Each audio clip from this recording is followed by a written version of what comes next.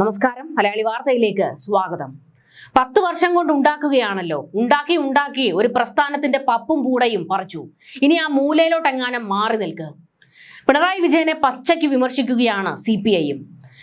CPM-നൊപ്പം നിന്നതുകൊണ്ട് തന്നെയാണ് തങ്ങൾക്ക് ഇത്ര വലിയ തിരിച്ചടി ഉണ്ടായത് എന്ന് CPI-ക്ക് ബോധ്യപ്പെട്ടിരിക്കുകയാണ്. ഒന്നെങ്കിൽ CPM തിരുത്തുക, അല്ലെങ്കിൽ തിരുത്തിക്കാൻ ജനങ്ങളും ഒപ്പം ഞങ്ങളും ഇറങ്ങുമെന്ന് CPI പച്ചയ്ക്ക് പറയുകയാണ്. ഇതുവരെ CPI-ക്ക് മുന്നിലും നിന്ന് മതിച്ചു പുളയ്ക്കുകയായിരുന്നല്ലോ CPM. മതിച്ചു പുളച്ച് ഒടുക്കം ഇപ്പോൾ CPI-യുടെയും കാൽച്ചുവട്ടിലേക്ക് വന്ന് വീണിരിക്കുകയാണ് CPM. എല്ലാത്തിനും കാരണക്കാരൻ പിണറായി വിജയനും MV ഗോവിന്ദനുമാണെന്ന് CPI കട്ടയ്ക്ക് വിമർശിക്കുന്നു.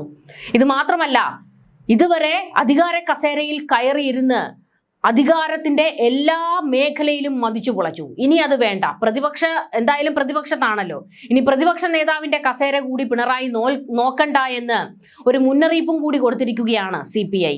ഇടതുമുന്നണിയിൽ ഇപ്പോൾ പോര് ശക്തമായിക്കൊണ്ടിരിക്കുകയാണ്. പിണറായിക്ക് നേരെയുള്ള എതിർപ്പ് പുകഞ്ഞുകൊണ്ടിരിക്കുകയാണ്. പ്രതിപക്ഷത്ത് CPI-ക്ക് ഉപനേതാവ് സ്ഥാനം വേണമെന്ന് ബിനോയ് വിശ്വം പരസ്യമായി ആവശ്യപ്പെട്ടിരിക്കുകയാണ്. ഇതിന് സാങ്കേതിക തടസ്സങ്ങളില്ലെന്നും മുൻപും ഇത്തരം കീഴ്വഴക്കങ്ങൾ ഉണ്ടായിട്ടുണ്ടെന്നും ബിനോയ് വിശ്വം ഓർമ്മിപ്പിച്ചു. പ്രതിപക്ഷ നേതാവിനെ തീരുമാനിക്കേണ്ടത് CPIM-ഉം ഉപനേതാവ് സ്ഥാനം തങ്ങൾക്കുമാണ് ലഭിക്കേണ്ടതെന്നുമാണ് CPI-യുടെ നിലപാട്. തെരഞ്ഞെടുപ്പ് തോൽവി അവലോകനം ചെയ്യാൻ ഡൽഹിയിൽ ചേരുന്ന നേതൃയോഗങ്ങളിൽ CPIM-നെതിരെയും സർക്കാരിനെതിരെയും കടുത്ത വിമർശനമാണ് ഉയരുന്നത്. സർക്കാരിന്റെ ഏകപക്ഷീയമായ തീരുമാനങ്ങളാണ് പരാജയത്തിന് കാരണമായതെന്ന് CPI കേന്ദ്ര സെക്രട്ടേറിയറ്റ് അംഗം പ്രകാശ് ബാബു ആരോപിച്ചു. മുന്നണിയിലെ ഘടകകക്ഷികളെ വിശ്വാസത്തിലെടുക്കാതെയാണ് സർക്കാർ മുന്നോട്ടു പോയത്. ആശാവർക്കർമാരുടെയും PM ശ്രീ പദ്ധതിയോട് സ്വീകരിച്ച നിലപാടുകളും ജനങ്ങൾക്കിടയിൽ സർക്കാരിനെതിരായ വികാരമുണ്ടാക്കിയെന്നും CPI വിലയിരുത്തുന്നു. ഇതിനു മുൻപും CPM-നെ പല രീതിയിൽ പലതവണ വിമർശിച്ചിട്ടുണ്ട്. ഈ പോക്ക് നല്ലതിനല്ല എന്ന് CPI വ്യക്തമാക്കുകയും ചെയ്തിട്ടുണ്ട്. എന്നാൽ അതൊന്നും കേൾക്കാതെ ഏതാണ് ഈ CPI, ഏതാണ് ബിനോയ് വിശ്വം, ആരാണ് എന്നൊക്കെ ചോദിച്ചുകൊണ്ട് പരിഹസിക്കുകയായിരുന്നു MV ഗോവിന്ദൻ ചെയ്തത്.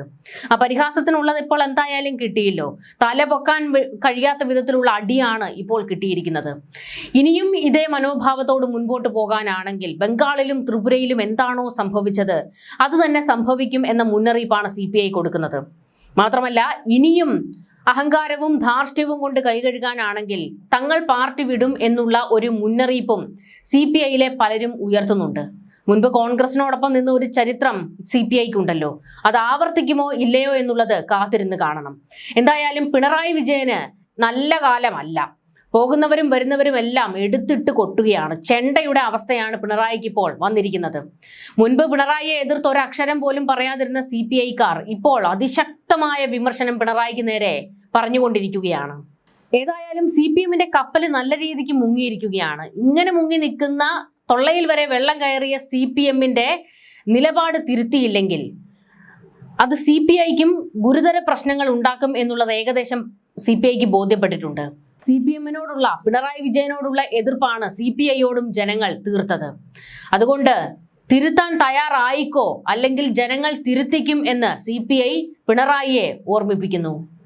നിയമസഭാ തെരഞ്ഞെടുപ്പിൽ LDF-നേറ്റ കനത്ത തോൽവിക്ക് പിന്നാലെ പിണറായി വിജയൻ ശൈലി മാറ്റണമെന്ന ആവശ്യവുമായി CPI വ്യാഴാഴ്ച ചേർന്ന LDF യോഗത്തിൽ CPI സംസ്ഥാന സെക്രട്ടറി ബിനോയ് വിശ്വം നിലപാടെടുത്തത്.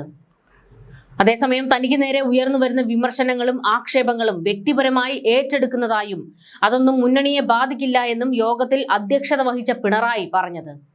ഭരണവിരുദ്ധ വികാരത്തെക്കാൾ ഭരണ നേതൃത്വത്തിനെതിരെയുള്ള ജനവികാരമാണ് തെരഞ്ഞെടുപ്പിൽ അലയടിച്ചതെന്ന് CPI സംസ്ഥാന സെക്രട്ടേറിയറ്റ് എക്സിക്യൂട്ടീവ് യോഗങ്ങളിൽ രൂക്ഷ വിമർശനം ഉയർന്നിരുന്നു. പിന്നാലെയാണ് മുന്നണി യോഗത്തിൽ ബിനോയ് വിശ്വം ആവശ്യം കടുപ്പിച്ചത്. ഒരു തിരുത്തൽ ശക്തിയാണ് CPI എന്ന് പരക്കെ നമ്മൾ പറയാറുണ്ട്. പക്ഷേ പലപ്പോഴും പിണറായി വിജയനെ എതിർക്കുന്നതിൽ CPI-യും പരാജയപ്പെട്ടിട്ടുണ്ട്.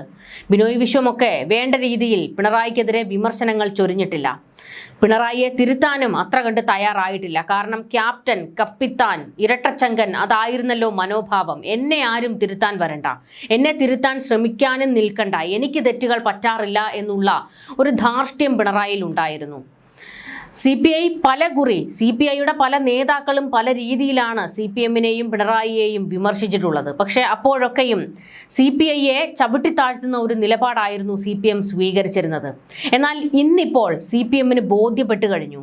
CPIയുടെ നിലപാടായിരുന്നു ശരിയെന്ന്, തിരുത്താൻ പറഞ്ഞപ്പോൾ തിരുത്തേണ്ടതായിരുന്നു എന്ന് ഇന്നിപ്പോൾ നേതാക്കൾക്ക് ഒരു ബോധം വന്നു തുടങ്ങിയിട്ടുണ്ട്. പക്ഷേ ഇനി 5 വർഷം എന്തായാലും കളത്തിന് പുറത്താണല്ലോ, വീണ്ടും തിരികെ വരാനുള്ള തയ്യാറെടുപ്പുകൾ നടത്തുക. അതിനിടയിൽ പക്ഷേ പിണറായിക്ക് നേരെ കടുത്ത വിമർശനങ്ങൾ പല രീതിയിലുണ്ടാകും. പ്രതിപക്ഷ നേതാവിന്റെ കസേരയിലേക്ക് കയറിയിരിക്കാൻ പിണറായി പോകരുത്. കാരണം അധികാരം പിണറായിയെ വല്ലാതെ അങ്ങ് ഭ്രമിപ്പിക്കുന്നതാണ്. 16 വർഷമാണല്ലോ പാർട്ടി സെക്രട്ടറി കസേരയിൽ ഇരുന്നത്, അതിനുശേഷം 10 വർഷം മുഖ്യമന്ത്രി, ഇനിയിപ്പോൾ പ്രതിപക്ഷത്താണ്. അതുകൊണ്ട് ഇനി പ്രതിപക്ഷ നേതാവിന്റെ കസേരയ്ക്ക് പിടിക്കാൻ പോകരുത് എന്നുള്ള ഒരു മുന്നറിയിപ്പും CPI കൊടുക്കുന്നുണ്ട്. പ്രതിപക്ഷ നേതാവിന്റെ കസേരയിലേക്ക് എല്ലാവർക്കും സ്വീകാര്യനായ ഒരാളെ കൊണ്ടുവരണം എന്നുള്ള ആവശ്യമാണ് ശക്തമാകുന്നത്. ഈ തോൽവി ഇടതുപക്ഷം ഇരന്നു മേടിച്ചതാണ്. ഇടതുപക്ഷ പ്രവർത്തകർ, പ്രത്യേകിച്ച് CPM പ്രവർത്തകരും അനുഭാവികളും ഉൾപ്പെടെയുള്ളവർ തന്നെയാണ് ഇടതുപക്ഷത്തിനെതിരെ വോട്ട് ചെയ്തിരിക്കുന്നത്. അത് ഏകദേശം എല്ലാവർക്കും മനസ്സിലായി കഴിഞ്ഞിട്ടുണ്ട്.